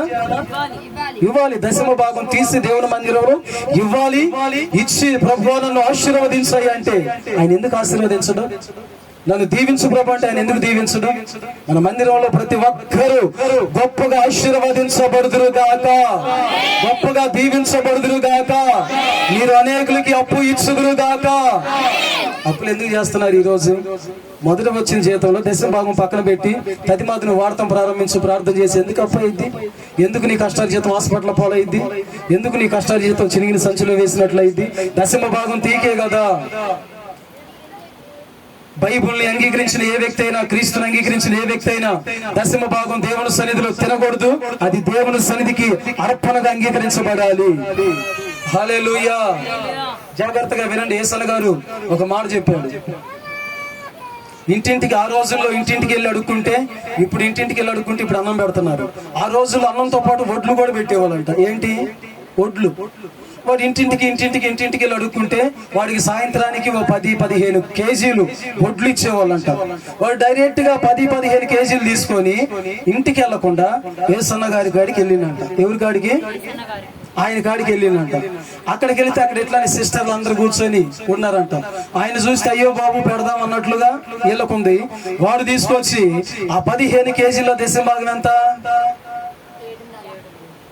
సగానికి సగం కాదు, 1.5. స్తోత్రం. 1.5, 2 కేజీలు అంత మడుగు పక్కకు తీసి, అక్క ఇది తీసుకోండి అక్క, నాకు ప్రార్థన చేయండి అంటున్నారు. అరే ఏంటిది ఇది? దశమ భాగం వడ్లు. నేను ఊరూరు ఇల్లు తిరిగితే దేవుడు ఆశీర్వదించి 15 కేజీలు వడ్లు నాకు ఇచ్చాడు. దానిలో దశమ భాగం మీకు ఇస్తున్నా, తీసుకుంటే అరే మీ కాడ తీసుకుంటే మేము ఏమవుతారా? నీకు ఇయ్యాలిగా, నీ కాడ మేము అలా తీసుకుంటాంరా, వద్దు తీసుకొని పో అంటున్నారంట. వాడు తీసుకుని దాకా కదలట్లేదంట. మీకు దండం పెడతా, నేను ఆశీర్వదించబడాలని మీరు కోరుకోవటం లేదా? నేను దీవించబడాలని మీరు కోరుకోవటం లేదా? దీన్ని తీసుకొని నాకు ప్రార్థన చేయండి అంటారే. అది వద్దురా, నువ్వు ఇల్లు తిరిగితే నీకు వచ్చినాయి రయ్యి, దేవుడు మాకు మరో విధంగా పంపిస్తున్నా, తీసుకొని పోరా అంటే వాడు వాళ్ళ కాంచి కదలకుండా వాదనకు దిగిండు. ఎందుకు తీసుకోరు నా దేశం భాగం మీరు అని వాళ్ళు వాదనకి దిగారు. ఈడు వాదనకి దిగారంట, వాళ్ళు ఎదురు వాది ఎత్తున్నారంట. ఈ లోపల యేసన్న గారు వచ్చినట్టు, రే ఏంద్రా మీ వాళ్ళు ఆపండ్రా అన్నారంట. యేసన్న గారు తన నోట చెప్పిన సాక్షాత్తు విలువైన పలుకులు ఇవి. స్తోత్రం. ఏమి లేదన్నా, వాడు ఇల్లు తిరిగితే వాడికి 10-15 కేజీలు వడ్లు వచ్చినాయి అన్న. వాడు అవి తీసుకొచ్చి దశమ భాగం తీసుకోమని చెబుతున్నాడన్న. ఎట్ట తీసుకోవాలన్నా వాడి కాడ అని చెప్పేసి వీళ్ళంటే పొరపాటు. వాడు అడుక్కొని తెచ్చాడు, రక్తం అమ్ముకొని తెచ్చాడు. వాడు ఎలా తెచ్చాడు? లేవీయులు ఆజ్ఞను మేరకూడదు, ఇశ్రాయేలీయుల ఆజ్ఞను మేరకూడదు. తాము వర్ధిల్లిన కొలది 10వ భాగం దేవుని మందిరంలో అడుక్కునేవాడిని కాంచి సంపన్నుడు దాకా ఇవ్వాలి. అది ఆజ్ఞ. ఏంటిది? ఆజ్ఞ. వాడు ఆశీర్వాదానికి మీరు అడ్డుకట్ట ఎందుకు వేద్దాం అనుకున్నారు? వాళ్ళని ఒక్కసారిగా గద్దిస్తే మైండ్ పోయింది వాళ్ళకి. ఇట్లాంటి వాడు కూడా ఎందుకు తీసుకోవాలన్నా? నువ్వు వాడి స్థితిని చూడొద్దు. నువ్వు తీసుకుంటేనే వాడు ఆశీర్వదించబడేది. ఇది తీసుకొని నువ్వు వండుకొని తిను. పరిశుద్ధులుగా సమర్పించుకున్నావు, తీసుకొని మనం వండుకొని తినాలి. అది దేవుని మందిరంలో అర్పణగా అర్పించబడాలి. ఆ రోజు వాడు ఆశీర్వదించబడే. తీసుకో మర్యాదగా వాడి కాడన్నాడంట. వాడు సంపూర్ణంగా యేసన్న గారికి ఇచ్చి ప్రార్థన చేయించుకున్నాడంట. యేసన్న గారు పోనీలే, వీడు పేదోడని 10 రూపాయలు నోటు తీసి వాడికి ఇచ్చారంట. అది ఛార్జీ పెట్టుకుని పోరాలని వాడు కుంటుకుంటా సెంటర్కి వెళ్ళి చిల్లర మార్చుకొని ఇదిగో యేసన్న పట్టు అంటున్నాడంట. ఎంత తెచ్చి? 10లో రూపాయి తెచ్చి. అరే రూపాయి కూడా నాకు అన్నా, దేవుడు నన్ను ప్రేమించి 10 రూపాయలు ఇచ్చాడన్నా. రూపాయి ఎవరిది? దేవుడిది అన్న. పట్టు రూపాయి అన్నాడంట. దేవుడి కృపను బట్టి తీసుకున్నాడంట ఆ రూపాయి. హల్లెలూయా. కానీ మీకు నచ్చకపోతే వాడు ఇచ్చేది తీసుకోండి, వాడికి ఇవ్వాలంటే ఒక బస్తా ఇచ్చి పంపించండి. అంతేగాని వాడు ఇచ్చింది మాత్రం తీసుకోకపోతే వాడు ఆశీర్వాదానికి మనం అడ్డు కట్టలేసిన వాళ్ళం అవుతాం. తీసుకోమన్నాడంట. స్తోత్రం. ఆ తర్వాత ఆ విధంగా 1, 2 నెలలు 3 నెలలు కొనసాగిందంట. ఆ ఊర్లో వికలాంగులు ఎవరెవరైతే ఉన్నారో వాళ్ళందరినీ ప్రభుత్వం వారు పిలిపించి మనిషికి 1/2 ఎకరం మాగాడి రాసిచ్చారంట. హల్లెలూయా. ఆర్యాగ్రం మాగాల్లో ఎవరెవరు ఉన్నారు? యేసన్న గారికి ఒడ్డులు తీసుకొచ్చి దశమ భాగం ఇచ్చాడే వాడు ఉన్నారంట. వాడు పంట పండించి 40 బస్తాలు పండించి 40 బస్తాల్లో 10వ భాగం ఒడ్లు బస్తాలు తీసుకొచ్చి బండి మీద ఆపనా రైట్ రా అంటున్నారంట. ఎవరిని? ఏందిరా వీడికి ఎంత ఇది వచ్చేసిందని యేసన్న గారు అందుకో ప్రార్థన చేసి అవి తీసుకో అంటున్నాడంట. ఏంటి రా అంటనా, మొన్న వచ్చేనా ప్రార్థన చేసావా? దేవుడు నన్ను జ్ఞాపకం తెచ్చుకొని ఆర్యాపురం మాగాడి ఇచ్చాడన్న గవర్నమెంట్ ద్వారా. అది అరాకురంలో 40 బస్తాలు వచ్చి నేను 10వ భాగం తెస్తున్నా తీసుకో అన్నాడు. ఈ ఆశీర్వాదం వీళ్ళు మూయాలని చూశారు. యేసన్న గారు వెంటనే వచ్చి దాన్ని తెరిచాడు. హల్లెలూయా. దశమ భాగం అనేది దేవుని బిడ్డలుగా అది తీవాలి. అది తీస్తేనే ఆశీర్వాదం. అప్పుడు మీ పంటను తినివేయి పురుగులను దేవుడు ఏం చేస్తాడంట? నా సొంత మాట, బైబిల్ మాట ఇది అయ్యా, బైబిల్ మాటేనా? అప్పుడు మీ పంటలను తినివేయు పురుగులను నేను గద్దిస్తాను. నేను ఇంకోటి తెలుగులో మీకు చెబుతున్నా, నేను దశమ భాగాల మీద ఏ రోజు ఆధారపడుతున్నా మీరు నాకు ఇవ్వద్దు. మీకు నచ్చిన కాడ ఇచ్చుకోండి. అది చెప్పటం నా బాధ్యత. ఏంటది చెప్పటం? మా బాధ్యత. డబ్బు కొరకు ఈ రోజు నేను పరిచర్య చేయట్లేదు.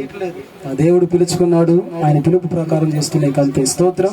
మన మందిరంలో ఏ ఒక్కరికైనా దశమ భాగాలు తీయండి అని వాక్యం చెప్పి 2 సంవత్సరాలు అవుతుంది.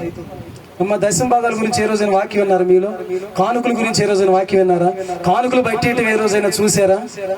కానీ ఇది ఎందుకు ఈ రోజు దేవుడు మాట్లాడుతున్నాడంటే, నీవు వర్ధిల్లునట్లు, నీ ప్రకాశం వృద్ధి చెందినట్లు నువ్వు తీయి, ఆయన సన్నిధిలో నిలబడి ప్రార్థన చేయి, దేవుడు నీకు ఇస్తాడు. హల్లెలూయా. యేసన్న గారు చెప్పిన మాట ఇంకొకటి, అన్నా ప్రార్థన చేయన్నా జీతం ఎక్కువాలన్నా ప్రార్థన చేయన్నా అని అడిగాడంట. దేవుడు యేసన్న గారి ద్వారా ప్రేరేపించి ప్రభు నీకు జ్ఞాపకం తెచ్చుకో అంటే 10,000 రూపాయలు 50,000 రూపాయలకి వెళ్ళాడంట. 50,000 దశమ భాగం ఎంత తీయాలి? 5,000 రూపాయలు తీసుకొచ్చి ఇచ్చాడంట అన్నకి. పోనీలే ప్రభువా, వీడికి నువ్వు 50,000 ఇస్తే ఇచ్చేవాలయ్యా, 5,000 రూపాయలు కరెంటు బిల్లు కట్టుకుంటా, పోనీ ఒక మైకు కొనుక్కుంటా, పోనీ ఇంకోటి చేసుకుంటానని యేసన్న గారు సంబరపడిపోయి ప్రార్థన చేసుకుంటున్నాడు. ఇంత మంచి విశ్వాసం ఇచ్చినందుకు స్తోత్రమయ్యా అనుకొని ఆయన పరవశించిపోతుందంట. ఇంకా ప్రార్థన చేయటం ప్రారంభించినంట. దేవుడి కృపను బట్టి 1,00,000 రూపాయలు వాడి జీతం అయిందంట. ఎంత అయింది? 1,00,000. ఇక 1,00,000 రూపాయలు వాడి జీతమైన కానించి యేసన్న గారికి వాడు కనపడతలా, వాడి దశమ భాగం కనపడతలా. ఎందుకని? వాడికి 1,00,000 రూపాయలు అయిన 1,10,000 తీయాలి మనసు అప్పట్ల. 1,00,000కి ఎంత తీయాలి? 10,000 తీయాలి. 10,000 రూపాయలు వాడికి తీయటం మనసు అప్పట్ల. భార్య ఏం వద్దని, వాడేం తీద్దామని, ఒక్కోసారి వాడు తీద్దామని, వాడు భార్య వద్దని. ఊరుకో, దేవుడికి మనం ఎంత ఇస్తే మనం ఏం బ్రతకాలో మన నీ ఆశీర్వాదానికి నువ్వు అడ్డు కట్టలు వేసుకుంటున్నావు, జాగ్రత్త. హల్లెలూయా. ఇక వాడికి యేసన్న గారికి వాడు కనపడతలేదంట. 3 నెలలు అయింది, 4 నెలలు అయింది. యేసన్న గారికి ఎందుకు ఉండబట్టలేక ఫోన్ చేసిందంటే, ఎక్కడ ఉన్నారా ఏంటంటే, అన్నా నీ ప్రార్థన ఆలకించి దేవుడు 1,00,000 రూపాయలు చేసిన నా జీతం. సరేరా 1,00,000 అయితే అయింది, మరి మందిరంలో కనపడతలేదు ఏందిరా అంటే, అన్నా 1,00,000 రూపాయలు వచ్చినాయి అన్న. మంచి ప్లాట్ కొనుక్కున్నా, మంచి కారు కొనుక్కున్నా, కొన్న కారుని రోజుకు 4 సార్లు దిగుతున్నా. చూడండి, మామూలుగా మట్టి ఇల్లు అనుకో, నేల ఇల్లు అనుకో, అటో ఇటో ఊడ్చుకొని వెళ్ళిపోతాం. పాలిస్ బండ్లు అనుకో, తుడిసిందే తుడిసి అరగరుద్ది ఆరాధన టైం అంతా అక్కడే పోగొట్టుకుంటారు కొంతమంది. ఇల్లు కొనుక్కున్నానన్న ఏ రోజుకి ఆ రోజు బూజులు తుడుచుకోవటం, దాన్ని కాపాడుకోవటమే సరిపోతుందని ఇంకేం మందిరానికి వచ్చాని. అదేందిరా 10,000 జీతం అప్పుడు మట్ట సంఘం వచ్చి కదరా, నేనే కదరా నేను నరకానికి పంపించింది అన్నట్టు యేసన్న గారు. ఎవరు? మరి నేనే కదరా నేను నరకానికి పంపించింది. 10,000 రూపాయలు వచ్చేమని 10,000 రూపాయలతో కొనసాగిన ఇలా 10,000 50,000 చేశా, 50,000 1,00,000 రూపాయలు చేశా. ఇప్పుడు పూర్తిగా మందిరానికి రావటం మానేసి దేవునికి దశమ భాగం నీటం. ప్రభువా, ఒక్కసారి వాడు టైం లేదంటుండయ్యా, ఒక్కసారి జ్ఞాపకం తెచ్చుకోయ్యా అని ఒక అరగంట ప్రార్థన చేసిందంట. ఏం చేయాల? జ్ఞాపకం తెచ్చుకోయ్యా, టైం లేదంటుండు. జాబ్ పోవాలని చేయాలా, 1,00,000 రూపాయలు ఊడిపోవాలని చేయాలి, ఇంకేం చేయాలా? కుదరట్టు లేదంటుండే. ప్రభు, ఒకసారి జ్ఞాపకం తెచ్చుకో. పని ఇచ్చింది నువ్వు, ఆశీర్వదించింది నీవు, 1,000 చేతికి ఇస్తుంది నీవు. నీ కాడికి వచ్చేలా వాడి స్టైల్ వేసినా కుదరట్లేదన్నా, బిజీ అయిపోయానన్నా. సరేరా, సరే ఇంకేమంటాడు పాపం. రే అటు చేయకూడదు అని ఏమంటాడు? సేవకుడికి అది ఏమనలేడు. ఎవరంటే పాస్టర్ గారు అటు అనొచ్చా, అటు మాట్లాడవచ్చా? ప్రతి ఒక్కరు మమ్మల్ని కానీ ఏదనంటే స్తోత్రం. ఒకసారి జ్ఞాపకం తెచ్చుకో ప్రభువా అన్నాడంట. మహాకృప. 1,00,000 రూపాయలు జీతం ఊడిపోయి 10,000 కాడికి వచ్చిండు. అందరికంటే ముందే మందిరంలోకి వచ్చి అక్కడ కూర్చొని స్తోత్రం చెల్లింతుము యేసునాథుని మేలులు. ఏమిట్రా జీతం పోయిందని మేలా, లక్ష రూపాయలు పోయిందని మేలా? అది పోవటం వలన దేవుని మందిరానికి వచ్చానన్నా అన్నాడంట. హల్లెలూయా. డబ్బు ఉంటే దేవుడు కనపడ్డు కొంతమందికి, ఆస్తి ఉంటే దేవుడు కొంతమంది కనపడ్డు. ఇప్పుడు 10,000 రూపాయలన్నా దయచేసి 10,000 నుంచి 20,000 అయినా బాధ లేదు కానీ నేను ఎంత ఇస్తే నేను ఆయనకు మాట వింటానో అంత ఏమని ప్రార్థన చేయన్నాడంట. ఇప్పుడు లైన్లోకి వచ్చింది. ఎంత ఇస్తే మాట వింటానో అంత ప్రార్థన చేయన్నాడంట. ఏసన్న గారు కూడా దేవా బుద్ధి తెచ్చుకున్నాడు అయ్యా, వీడు ఎంత ఇస్తే నీకు మాట వింటాడు, ఎంత ఇస్తే అలివి తప్పి ప్రవర్తిస్తాడు అది నీకు తెలుసయ్యా, ఎంత ఇస్తే నీ మాట వింటాడో అంత ఈ ప్రభు అని ప్రార్థన చేశాడంట. 10,000 రూపాయలు మాత్రం మహాకృప 10 సంవత్సరాల దాకా పెరగల. హల్లెలూయా. 10,000కి 1,000 రూపాయలు పెరిగిన వాడు ఇక్కడ ఉన్నాడంట. 10,000కి 1 రూపాయి పెరిగిన వాడు దేశం భాగం తీయడంట. వాడి జీవితంలో 10 సంవత్సరాలు పెట్టి పెరగల. కొంతమందికి 10 లక్షల రూపాయలు వచ్చింది జీతం. 10 లక్షల రూపాయల జీతం వచ్చిన కంపెనీకి మోతేయటం, పని వాళ్ళందరికీ సెలవు ప్రకటించడం, 10 లక్షల్లో 1,00,000 రూపాయలు తీసుకొని రావటం, ఇదిగో నా ప్రార్థన చేయంటాం. వారు వర్ధిలిన కొలది దేవుని సన్నిధిలో నమ్మకంగా ఉంటారు. ఆ నమ్మకత్వాన్ని బట్టి ఇంకా దేవుడు వర్ధిలింప చేయటం ప్రారంభించాడు. హల్లెలూయా. మన దేశంలో చెప్పులు కుట్టుకునేవాడు ఇలా ప్రధానమంత్రి అయ్యాడు.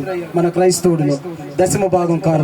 ప్రతి ఒక్కరు వాడుతున్నారు ఈరోజు టూపేస్ట్, కోల్గేట్ తయారు చేసే వ్యక్తి మన క్రైస్తవుడు. దేశ విదేశాలలో ఈ రోజు చక్రం తిప్పుతున్నాడు అతను. స్తోత్రం. దానికి కారణం తనని అడిగితే దేవునికి నేను ఇచ్చాను, ఆయన కాదు నేను పొందుకున్నాను, ఆయన నన్ను ఆశీర్వదించాడు. నేను మీ విషయంలో ఏం చెప్తున్నానంటే మీకు మంచి ప్రార్థన ఉంది, మంచి విశ్వాసం ఉంది, రక్షణ తీసుకున్నారు, భయభక్తులు ఉంది, అన్ని బాగుంది. ఆ 10వ భాగం విషయంలో మీరు నిందారహితులుగా ఉండలేకపోతున్నారు. అదొక్కడు కూడా మీరు కాపాడుకోండి. కష్టమైన, నష్టమైన, ఇరుకైన, ఇబ్బంది అయినా దేవునికి ఇచ్చే విషయంలో మీరు ఎప్పుడు కూడా వెనక తీయకూడదు. ఈ మాట చదివి ముగిస్తాను. 1 తిమోతికి రాసిన పత్రిక 6:7 వాక్యం.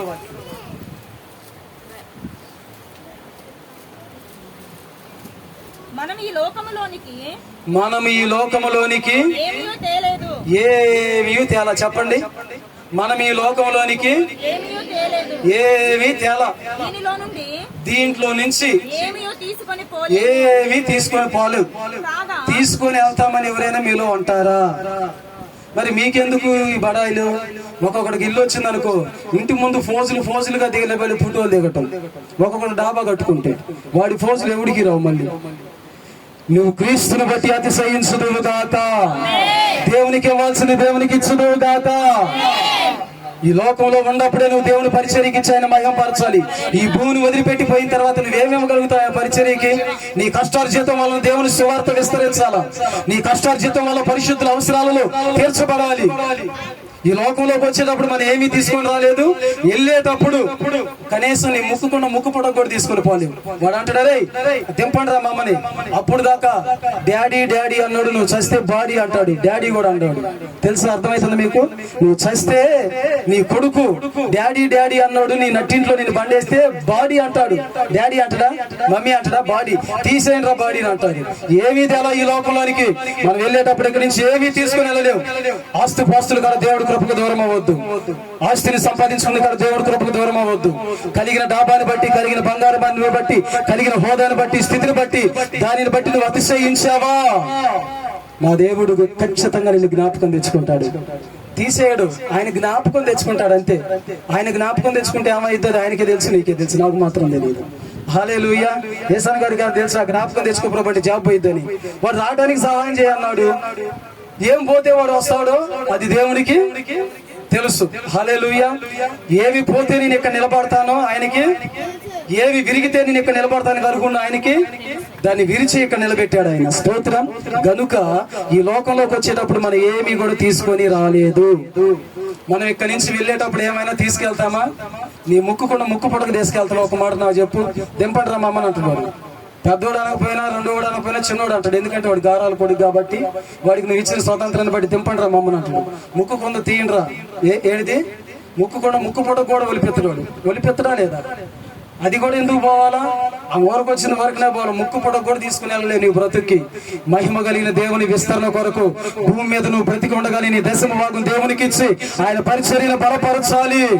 దశమ భాగం దోషం దేవుని బిడ్డల మీద ఉండకూడదు. హల్లెలూయా. నువ్వు చెప్తున్నావయ్యా నువ్వు దశమ భాగం తీయవని నన్ను అడుగుతావు. మా పాస్టర్ ఎప్పటికప్పుడు దశమ భాగం తీసి ఇవ్వాల్సిన వారికి ఇచ్చి ప్రార్థన చేసుకుంటుంది. హల్లెలూయా. మేము ఎందుకంటే అంతా చెప్పి నేనే ఆయన సన్నిధిలో చేయకపోయాను అనుకో, నా దేవుడి కానీ నేను తలంచుకోవాల్సి వచ్చింది. ఆ పరిస్థితి నాకు రాకూడదు. 10,000 వచ్చినా, 1,00,000 వచ్చినా, 10 లక్షలు వచ్చినా దాని మీద ఆశపడే మనసు దేవుడు మాకు ఇవ్వలేదు. హల్లెలూయా. జాగ్రత్తగా వినండి అమ్మా. ఈ లోకంలోకి వచ్చేటప్పుడు మనం దేనిని తీసుకొని పోయేటప్పుడు ఏమీ తీసుకొని, కాకపోతే ఒకటి, ఈ భూమి మీదకు నువ్వు పుట్టేటప్పుడు దేవుణ్ణి కలిగి పుట్టావు, వెళ్ళేటప్పుడు కూడా నువ్వు ఆయన్ని కలిగి వెళ్ళాలి. హల్లెలూయా. మధ్యలో నీకు వచ్చేది పోయేదంతా కూడా వ్యర్థమైనది. అది ఉంటది, పోయిద్ది. దాన్ని బట్టి నువ్వు దేవునికి దూరం అవ్వద్దు. కొంతమంది డబ్బు 10,000 ఉంటే స్టైల్ మారిపోతాయి. 1,00,000 రూపాయలు ఇంట్లో ఉందంటే మాట మారిద్ది. బండి కనుక వచ్చిందంటే 3 రౌండ్లు ఎత్తడాడు. ఇక్కడ పిలిచిన వాడు కాకుడు. బండి వచ్చిందనుకో వాడికి, ఒకప్పుడు నువ్వు పిలిస్తే పలికానన్న, ఇప్పుడు బండి వచ్చింది నేను ఎందుకు దొరుకుతా నీకు? స్థితిని బట్టి, డబ్బును బట్టి, హోదాను బట్టి స్థితులు మారకూడదు. జాగ్రత్తగా ఉండండి. హల్లెలూయా.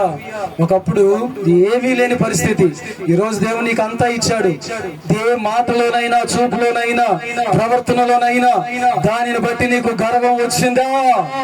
జాగ్రత్త. దేవుడు అన్యాయస్తుడు కాదు, దేవుడు తిక్కులవాడు కాదు.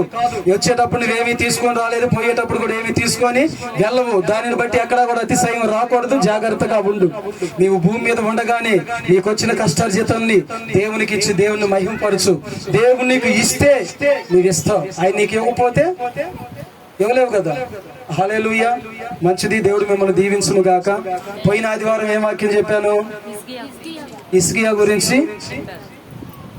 హిజ్కియా వెళ్ళిన చోట్ల దేవుడు అతన్ని జయం పొందేటట్లు హిజ్కియా ఏం చేశాడు? ఒకటి, హత్తుకున్నాడు దేవుణ్ణి, వెనుతీగ దేవుని మార్గాన్ని వెంబడించాడు, ఆజ్ఞలను గైకొన్నాడు. ఆ వాక్యాన్ని పరిపూర్ణంగా మీరు హృదయాలలో భద్రపరుచుకొని ఆ ప్రకారంగా నడవండి.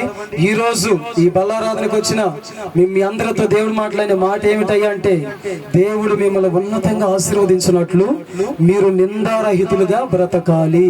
నిందారహితులుగా అంటే తీసుకున్న రక్షణ విషయంలో, మరి తీసుకున్న మరి పొందుకున్న విశ్వాస విషయంలో, దేవుడు మీకు ఇస్తున్న కష్టార్జిత విషయంలో దశమ భాగం ఖచ్చితంగా మీరు తీయాలి. హల్లెలూయా. దేవుడికి నీవు ఇచ్చేది కొంచెమే, కానీ దేవుడికి నువ్వు ఇవ్వకుండా ఉంచుకునేది కొంచెమే, కానీ ఎంత పోగొట్టుకుంటున్నావు తెలుసా ఆయన సన్నిధిలో నీవు. హల్లెలూయా. నాకు తెలిసిన ఒక సేవకుడికి మాట చెప్పాడు. ఆయన కాడ ఉందే 1,00,000 రూపాయలంట. ఆ 1,00,000 రూపాయలు మీటింగ్ అని అట్లా అట్టు పెట్టుకున్నారంట. ప్రభువా ఇంకా మీటింగ్ ఖర్చు అవుతుందయ్యా, చాలా ఖర్చు ఉందయ్యా, మరి ఎట్లా ప్రభు అని ప్రార్థన చేసుకుంటుంటే ఒక దైవ సేవకుడికి పోయి 1,00,000 రూపాయలు ఇచ్చి రాపోని చెప్పాడంట. ఆయన 1,00,000 రూపాయలు ఆ దైవ సేవకుడికి ఇస్తే ఆయనకి 15 లక్షల రూపాయలు దేవుడు మరొక చాట నుంచి ఇవ్వటానికి దేవుడు సహాయం చేశాడంట. హల్లెలూయా. కనుక ఈ చిన్న విషయాన్ని దేవుని బిడ్డలుగా మీరందరూ పాటిస్తే మంచిదని దేవుని సేవకుడిగా మీకు చెప్తున్నా. దేవుడు మిమ్మల్ని దీవించును గాక. సరే, ఎప్పుడు ఒకేలాగా ఉండదు వాక్యం. ఈ రోజు ఏం చెప్పాను? నిందారహితుడుగా అలా జీవించాలి అంటే రక్షణను కాపాడుకోవాలి, పాపాన్ని జయించాలి, విశ్వాసాన్ని కాపాడుకోవాలి. ఇచ్చిన ధనం విషయంలో కూడా ఇదిగో నీకెంత ఇచ్చాను, నువ్వు నాకు ఇవ్వాల్సింది ఇవ్వలేదు కంటే ఆ రోజు నువ్వు నింద మోయాల్సిన వాడు అవుతావు. ఇదిగో ప్రభు నువ్వు నాకు ఎంత ఇచ్చావో నీకు తెలుసు, నీకు ఇచ్చిన దాంట్లో నీకు నేను ఎట్లా ఇచ్చాను నీకు తెలుసు. ఆ విషయంలో న్యాయబద్ధమైన జీవితం మనం బ్రతకాలి. హల్లెలూయా. దేవుడు మిమ్మల్ని దీవించి అన్ని విషయాల్లో అధ్యక్షులుగా నియమించును గాక. ఆమేన్. గనుక ఈ లోకంలోకి వచ్చేటప్పుడు మనం ఏమి వెళ్ళేటప్పుడు ఈ రోజు కలిగిన వారిని బట్టి ఏమీ లేని నువ్వు బాధపడొద్దు. దేవుడు ఇచ్చినట్టు అన్ని నీకు కూడా ఇస్తాడు. మనం ఈ లోకంలోకి వచ్చేటప్పుడు ఏమి తేలా, వెళ్ళేటప్పుడు ఏమి తీసుకొని వీలేవని బాధపడొద్దు. వీటిని బట్టి దేవుడికి దూరం అవ్వద్దు. వారిని వీరిని చూసి ఆయన సహవాసానికి వెనకబడొద్దు. తగిన కాలంలో దేవుడు అన్ని ఆయన ఏర్పాట్లో ఇచ్చును గాక. ఆమేన్. అందరూ ఒక నిమిషం నిలువు మోకాల మీదకి వద్దాం. ఈ వాక్యాన్ని బట్టి చిన్న ప్రార్థన చేసుకుందాం. అందరం హృదయపూర్వకంగా